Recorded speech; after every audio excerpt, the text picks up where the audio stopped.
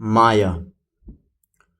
भगवान श्री कृष्ण अपने स्वांश वैभव के रूप में असंख्य विष्णु रूपों में विस्तार करते हैं और कोटि कोटि जीवों के रूप में अपने आप को विभिन्नांश प्रकाश से प्रकट करते हैं। सारे विष्णु अंश परम भगवान की कोटि में आते हैं, किंतु जीव नहीं। वे भगवान की तटस्थ शक्ति है। नित्य जीवों वाली यह तटस्थ शक्ति भगवान की पराशक्ति की अभिव्यक्ति है। श्रीमद् भगवद गीता का निष्कर्ष है कि जीव सदा से भगवान की आध्यात्मिक शक्ति की अभिव्यक्ति है, था और रहेगा। वह कभी भी परम भगवान या विष्णु रूपों की कोटि में नहीं आएगा।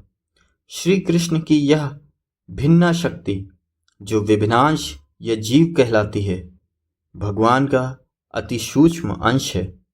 जिस तरह की सूक्ष्म चिंगारियां विशाल अग्नि की अंश हैं। अंश कभी भी पूर्ण या पूर्ण के समान नहीं हो सकता। अतः मायावादियों का यह दावा कि अंश पूर्ण बन सकता है पूरी तरह गलत और दृष्टतापूर्व है। यह वैदिक निर्णय है। भिन्नांश जीव अपनी बद्ध अवस्था पर विजय पाकर आध्यात्मिक आकाश में प्रविष्ट होकर भगवान की दिव्य शाश्वत आनंदमय लीलाओं में भाग लेता है। जीव अनेक रसों में से किसी एक में भगवान की सेवा में स्थायी रूप में लगता है और दिव्य आनंद प्राप्त करता है। शास्त्रों में स्पष्ट लिखा है कि परम भगवान की भक्ति का आनंद निर्विशेष मुक्ति के आनंद ब्रह्मानंद से करोड़ों गुना श्रेष्ठ है। परम भगवान में समा जाने का सुख भक्ति से प्राप्त होने वाले सुख के सागर के समक्ष गोखुर में भरे जल के समान है। भक्त कभी भी ज्ञानी की भांति सायुज्य मुक्ति की याचना नहीं करता, क्योंकि यह असंभव है। निर्विशेषवादियों के लिए सायुज्य मुक्ति मतलब कि भगवान में समा जाना, ध्यान करना और परमानंद और ब्रह्म लोक में जाना, इसे ही कहते हैं सायुज्य मुक्ति, जो हम लोग मुक्ति को बोलते हैं। निर्विशेषवादियों के लिए, और ये निर्विशेषवादियों पे यहाँ प्रभुपाद जी बोलते हैं, निर्विशेषवादी वो हैं जो भक्ति के अलावा अन्य साधनाओं में लगे हुए हैं। उनके लिए, निर्विशेषवादियों के लिए सायुज्य मुक्ति का अर्थ अपनी पहचान या व्यक्तित्व का परित्याग है। यह आध्यात्मिक आत्महत्या से कम नहीं। इस संदर्भ में मैं डॉक्टर राधाकृष्णन द्वारा बाइबल पर की गई टिप्पणी पर प्रस्तुत कर रहा हूं। अवतार सिद्धांत ने ईसाई जगत को अत्यधिक क्षुब्ध किया। अरियोस का मानना था कि पिता पुत्र के तुल्य नहीं है, अपितु पिता के द्वारा उत्पन्न है। सेबिलियस का मत है कि वे पृथक नहीं हैं, अपितु एक ही प्राणी के विभिन्न रूप हैं।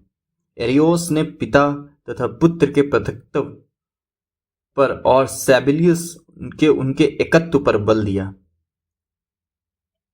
अंतिम निर्णय यह निकला कि पिता तथा पुत्र समान हैं और एक ही वस्तु से बने हैं, किंतु वे भिन्न भिन्न पुरुष हैं। ये शब्द अस्पष्ट रूप में भेदाभेद तत्व का वर्णन करने वाले हैं, इसलिए हम इसे स्वीकार कर लेते हैं। भगवान के पुत्र जीसस जीव हैं जो भगवान का भिन्नांश है, किंतु जीव भी आध्यात्मिक होता है। इसलिए जीसस गुणात्मक रूप से भगवान जैसे ही हैं। पुत्र कभी भी पूर्णतः पिता के तुल्य नहीं हो सकता।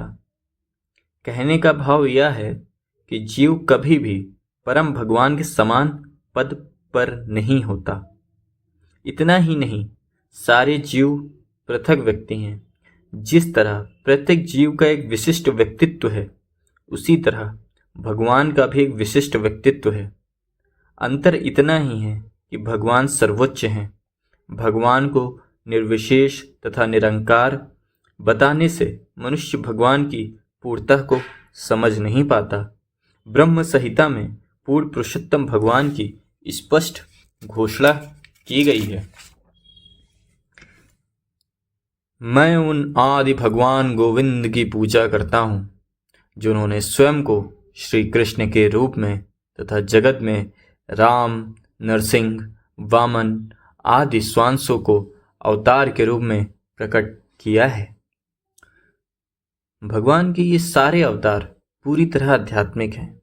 वे किसी की मनोकल्पना से प्रभावित नहीं होते।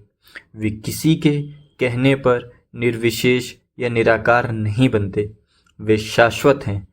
इच्छा अनुसार वे अपने आदि दिव्य रूपों में प्रकट होते हैं और अंतर्ध्यान हो जाते हैं, जैसे सूर्य उदय और अस्त होता है।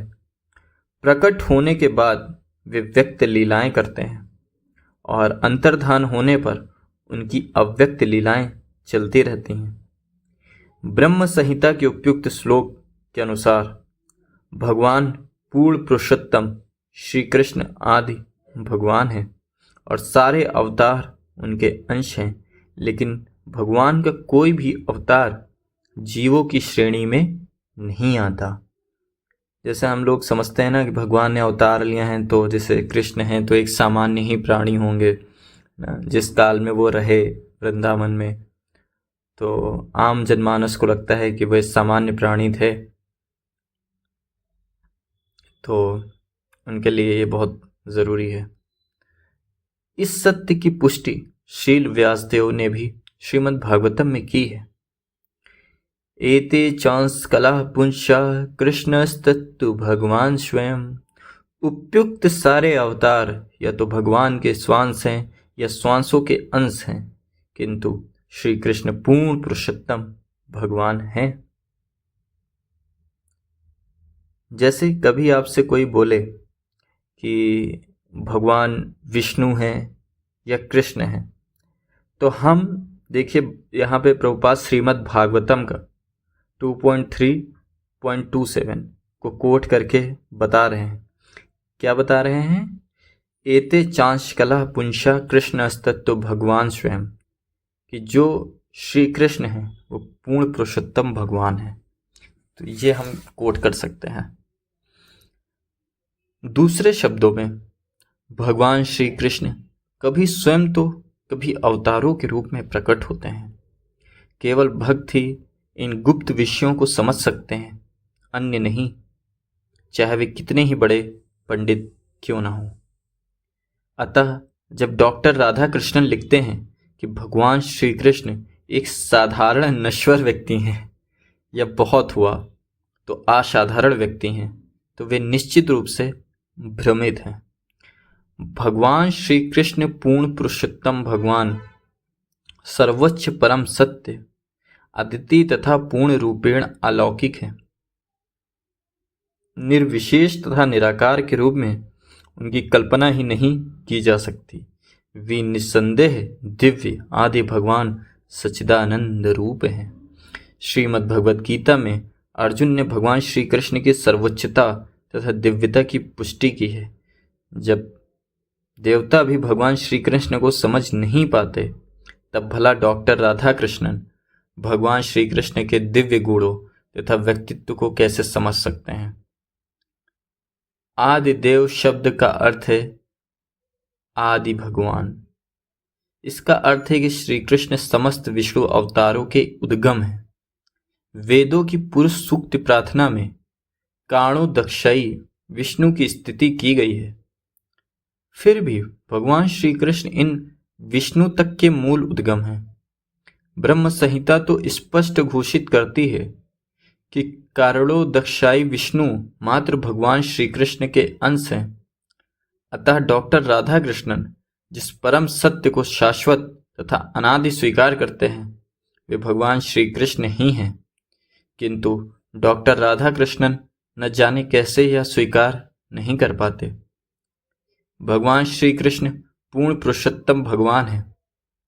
इस तथ्य को न केवल अर्जुन स्वीकार करता है, अपितु व्यासदेव, देवर्षि नारद, देवल तथा असित जैसे प्रसिद्ध ऋषि मुनि भी स्वीकार करते हैं।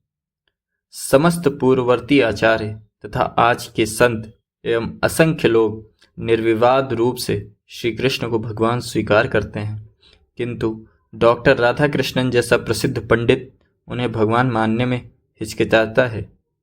क्यों? इसकी व्याख्या श्रील यमुनाचार्य ने अपने ग्रंथ शोधरत्न में सुंदर ढंग से की है। हे प्रभु, आसुरी सिद्धांतों द्वारा प्रभावित लोग आपका साक्षात्कार नहीं कर पाते। यद्यपि आप अपने दिव्य कार्यों, रूपों, गुण तथा असामान्य शक्ति के कारण परम हैं, इसकी पुष्टि सतोगुणी शास्त्रों तथा दैवी स्वभाव वाले विख्यात साधुओं द्वारा की गई है। भगवान श्री कृष्ण श्रीमद् भगवद गीता के चतुर्थ अध्याय में प्रमाणित संप्रदाय में श्रीमद् भगवद गीता का दिव्य ज्ञान प्राप्त करने का महत्व बतलाते हैं। इस तरह से उपयुक्त प्रकार की गलतियां करने से बचा जा सकता है, जिन्हें शक्तिशाली ऋषि मुनि तक कर बैठते हैं। इतने पर भी कुछ लोग मनमाने ढंग से श्रीमद् भगवद गीता को पढ़ने का प्रयास करके अपने मनोकल्पित निष्कर्ष निकालते हैं और इस तरह वे प्रमाणित संप्रदाय के निष्कर्षों तथा महाजन की उपेक्षा कर देते हैं। निश्चय ही उनके साथ हमारी सहानुभूति है, किंतु साथ ही हमें हंसी भी आती है। हमें श्रीमद् भगवद गीता के चतुर्थ अध्याय से यह ज्ञात है कि करोड़ों वर्षों के अंतराल के बाद भगवान ने कुरुक्षेत्र के युद्ध स्थल में परंपरा की आध्यात्मिक श्रृंखला को फिर से जोड़ते हुए अर्जुन को उचित कर्म, ज्ञान तथा भक्ति के विज्ञान की विस्तृत व्याख्या की। श्रीमद् भगवद गीता में किसी नए दर्शन को नए ढंग से प्रस्तुत नहीं किया गया है। भगवान श्री कृष्ण शाश्वत रूप से भगवान हैं। इसी तरह श्रीमद् भगवद गीता में भी शाश्वत रूप से भगवान की परम अद्वैत सत्य के विषय में शिक्षा प्रदान करती है। परम भगवान शाश्वत हैं तथा सदैव नव यौवन रहते हैं और उनके शब्द भी उसी तरह है, नित्य नवीन, सदैव ताजगी भरे। संसारी विद्वानों को श्रीमद् भगवद गीता में सदैव नए नए अर्थ मिल सकते हैं और वे अपने पांडित्य का प्रदर्शन कर सकते हैं, किंतु यह सब माया का खेल है।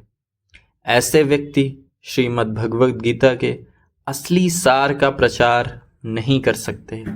श्रीमद् भगवद गीता का दिव्य ज्ञान केवल प्रामाणिक परंपरा के पारदर्शी माध्यम द्वारा ही उपलब्ध होता है। भक्तगण तथा संतजन श्रीमद् भगवद गीता में निहित भगवान के संदेश को यथार्थ रूप में प्राप्त करने के प्रति चिंतित रहते हैं, जबकि वाक जाल में रुचि रखने वाले विद्वान इसमें गौड़ अर्थ खोजते रहते हैं। भौतिक तर्कों से मोहित लोग किसी प्रामाणिक संप्रदाय से दिव्य ज्ञान प्राप्त न करने के कारण भटक जाते हैं। उन्हें शिक्षा देने के लिए हम श्रीमद् भगवद गीता के गुप्त ज्ञान को संक्षेप में प्रस्तुत करते हैं।